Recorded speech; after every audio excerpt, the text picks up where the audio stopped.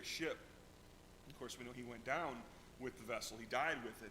A couple passages that come to my mind. 1 Timothy chapter 6. 1 Timothy chapter 6. In verse 17, we know the scriptures have quite a bit to say to the rich. And I can't help but think that, considering that when the Bible was being put together, our New Testaments at least, that most Christians weren't wealthy. I can't help but think that a lot of these verses are written for our very time, because all of us are wealthy by comparison to the world. I mean, we're very wealthy. And the fact that we can be tempted to just be miserly and be like Scrooge with our resources when we've got lots and lots that God has given to us, and we don't think twice about what we do with it. We only think about Sunday and contribution. We never think about all the needs that are out there, all the people. That one of the ways that we encourage people not to be self-reliant is to let them know, I'm here to help you.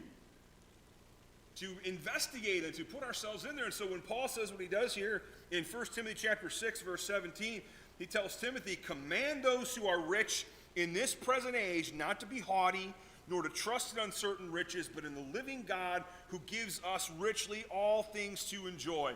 He says, Timothy, remind the rich brothers and sisters there where they get it from, and that they don't trust in it, because it's here one minute and gone the next.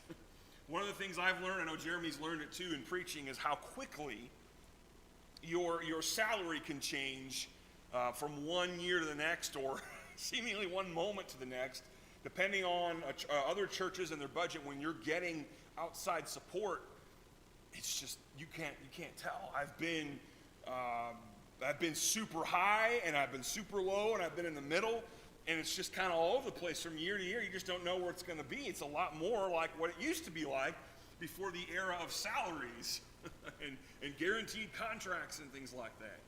The point is life always has that uncertainty. We're just not smart enough sometimes to recognize it.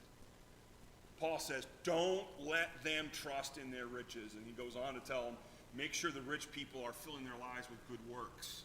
In other words, that money is not theirs.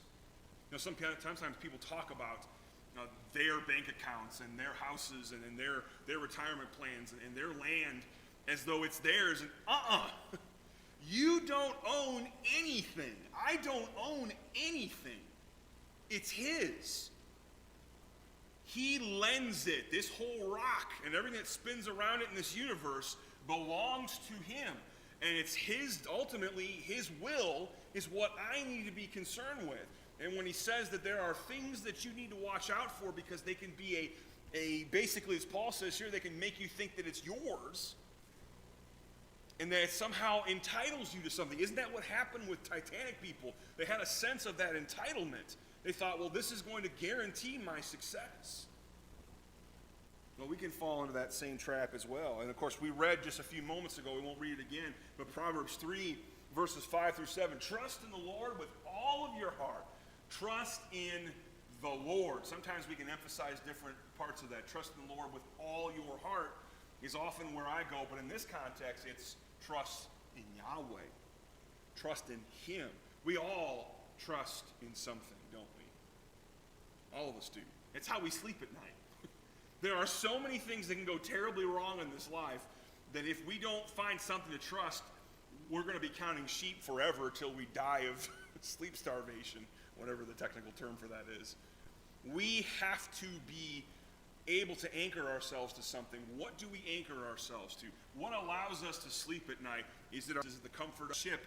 Is it the comfort of technology? Is it the comfort of our bank? Whatever it is, if it's not Yahweh, then it's going to fail. It's going to. When we are resurrected, the things that we hold on to are going to be gone. Then what? If we don't have God, Jesus Christ and him crucified, if we don't possess him, then we have nothing. I was watching, my family and I, we've been watching Star Trek The Next Generation together. And we watched an episode where they thought three Americans from the late 20th century from these cryogenic things. And it's just funny how we've passed way past that. We're not even close to that yet. But they thought these three people, and this one guy's obsessed with his wealth. It's been 300 and some odd years since he turned into a popsicle. And he is just excited to get a telephone aboard this starship and find out how my money must have doubled 12 times by now. I must own half a country. And then, of course, what he doesn't realize is that in the 24th century, they have gotten rid of the typical economic system, that they don't really keep things like that. And his company and his law firm and the things that kept track of all his records, it's gone. And he can't get his head wrapped around that. And he's just obsessed with the fact that, you mean all that stuff I did, it's gone? Yeah. And it just struck me as that's going to be true for 100% of us. When it comes to our stuff, it will be gone. How can we possibly put our confidence in those things when they are going to be taken and given to someone else? Even if you are alive and you have no relatives, you're going to die and give it to Uncle Sam, aren't you? Someone else is going to take all of your resources. What did you do with it when it was in your power to make a difference with it? Obviously, the sort of thing that we want to think about. Man too often trusts in himself.